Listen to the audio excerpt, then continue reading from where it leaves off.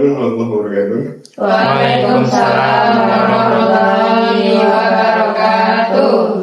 Gimana teman-teman kabar semuanya? Sehat, Pak.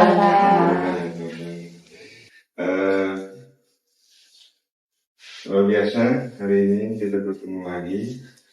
Jadi ada berita baru sehari yang lalu, ternyata di UNESCO itu mewariskan salah satu warisan dari leluhur kita, yaitu jamu.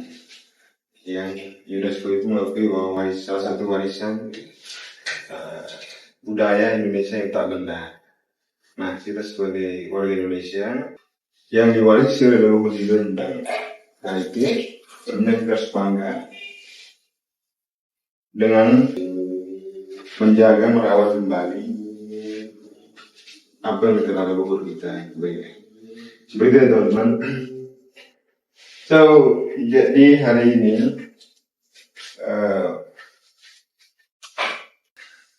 apa yang teman-teman sekarang kan sudah mulai musim mangga ya, musim hujan, musim mangga gitu. Musim durian, Pak. Musim durian, Pak. Wah, ada musim durian luar biasa. Nah, kira-kira buah-buah itu kalau paling enak dimakan waktu kapan? Apakah berbuah setelah 2 minggu, sebulan, atau bahkan pada waktu dia matang? Waktunya masak. Waktu dia matang ya. Nah, kira-kira dari waktu dia berbuah hingga matang itu kira-kira kita harus menunggu dengan sabar atau harus cepat-cepat harus Dengan sabar. menunggu dengan sabar ya. Hal ini dikarenakan proses dia menjadi matang itu butuh waktu yang lebih lama. Beda dengan kita petik waktu masih 2 bulan atau 2 minggu, 3 minggu kita simpan. Berbeda dengan dia matang di pohon. Seperti itu ya. Nah, itulah kenapa sama halnya dengan pembelajaran kita hari ini, bahwasanya segala sesuatu itu ada peristiwa atau yang terjadi itu bisa cepat, bisa lambat. Seperti itu. Nah, buah yang tadi itu harus lambat, dia sekitar 3 bulan atau lebih baru dia matang. Nah, untuk itu hari ini kita mau mengetahui apa-apa saja yang menjadi faktor yang menyebabkan salah satu atau suatu reaksi itu dia cepat atau lambat. Sama halnya dengan buah tadi, dia lebih cepat mana ketika kita petik kemudian simpan, atau dia lebih cepat mana ketika masih ada di pohonnya. Nah, oleh karena itu hari ini kita mau sedikit mengetahui apa-apa saja yang menyebabkan terjadinya laju reaksi ini. Dengan yang kita mau highlight itu penyebabnya, kenapa dia bisa laju reaksinya, dia bisa lambat, apa saja yang mempengaruhi hal demikian.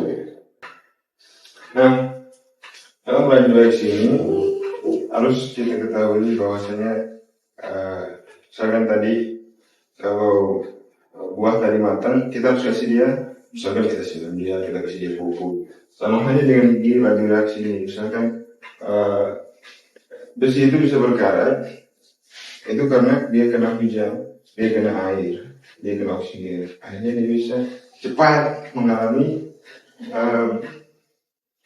pengkaratan. Artinya laju reaksinya dia terjadi karena kegigian. Oleh karena itu bisa kita simpulkan bahwa terjadi suhunya. Jadi kan air hujan kan dingin. Bisa juga kita analogikan seperti itu. Jadi salah satu faktor yang mempengaruhi daripada reaksi itu terjadi, laju reaksi itu adalah suhunya. Suhu bukan yang pentingan pada bukan ya. Suhu. Nah, suhu itu bisa Fahrenheit, bisa Celsius, tapi kita di kalangan kita menggunakannya dengan derajat Celsius. Seperti itu. Kemudian reaksi itu terjadi cepat. Misalkan kita dulu sakit nih, pernah tidak dari teman-teman meminum obat yang dikasih oleh orang tua kita setelah konsultasi dengan dokter, dikasih obat yang dia itu bubuk? Pernah ya? Dan itu rasanya pahit sekali.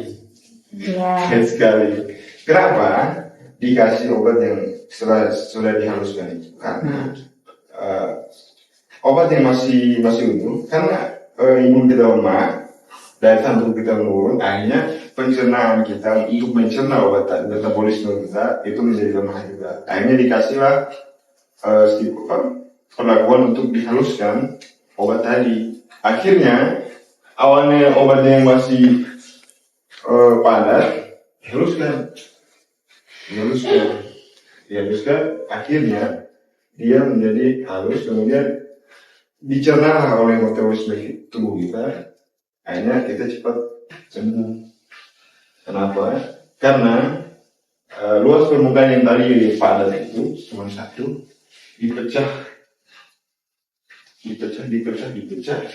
hanya luas permukaannya menjadi lebih luas. Hal itu demikian juga merupakan salah satu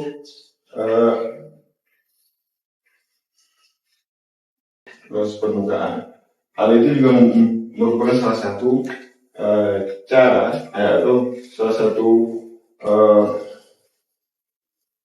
faktor yang mempengaruhi bahwa reaksi itu dia laju atau dia lambat. Seperti itu. Itu adalah luas permukaan. Kemudian ada konsentrasi. Jadi kalau kita di lab itu ada beberapa senyawa yang dia sudah punya labelnya. Labelnya itu misalkan ada ppm, ada molaritas. Nah, itu kita kenapa dikasih label demikian? Untuk kita mengetahui, kalau dia misalkan 100 ppm dibanding dengan dia 1000 ppm, kira-kira mana yang lebih cepat? Seperti itu. Jadi di sini konsentrasi.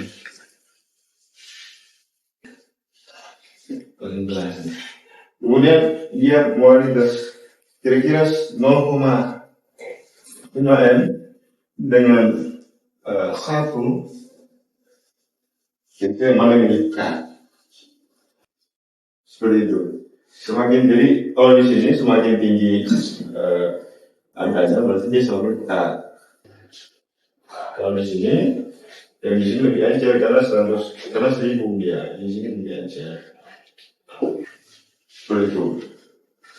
Suhu, luas permukaan, konsentrasi. Ada yang tahu lagi satu? Katalis itu adalah sesuatu yang dia itu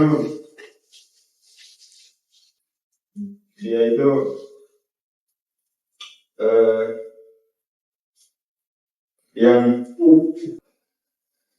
pelaku utamanya dia itu yang kita di satu percobaan, misalkan kita coba kita taruh, misalkan kita kasih salah satu senyawa. Nah, senyawa itulah yang dia mencoba, ternyata kita taruh senyawa ini dia jadi cepat, dia jadi lambat. Nah, senyawa itu adalah yang termasuk dalam katalis itu. Nah, kemudian sudah kemudian konsentrasi katalis, ada yang namanya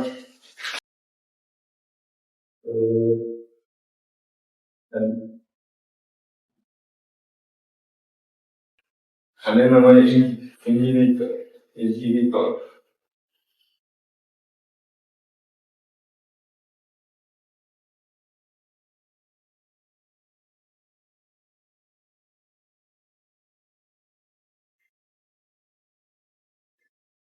Nah, inhibitor itu eh,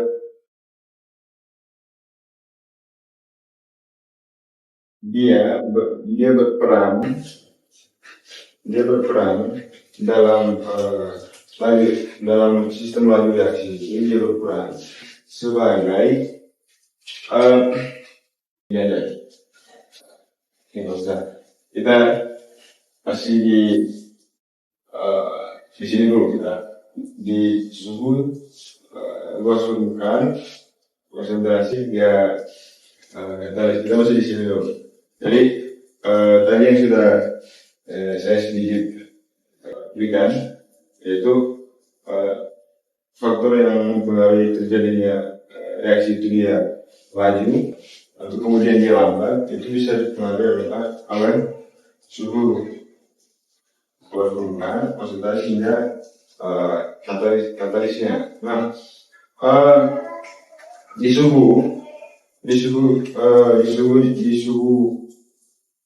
yang diketahui, misalkan suhu kita di lab, suhu kamarnya misalkan 22 hingga 20 sekian, 22 hingga 27. Nah, kira-kira kalau kita bikin percobaan, maka kita juga harus mempertimbangkan suhu daripada suhu ruangan itu. Jangan sampai percobaan kita itu terganggu dengan atau kemudian mempengaruhi hasil daripada analisis kita terkait suhu yang kita tidak pertimbangkan sebelumnya. Nah, di suhu ini juga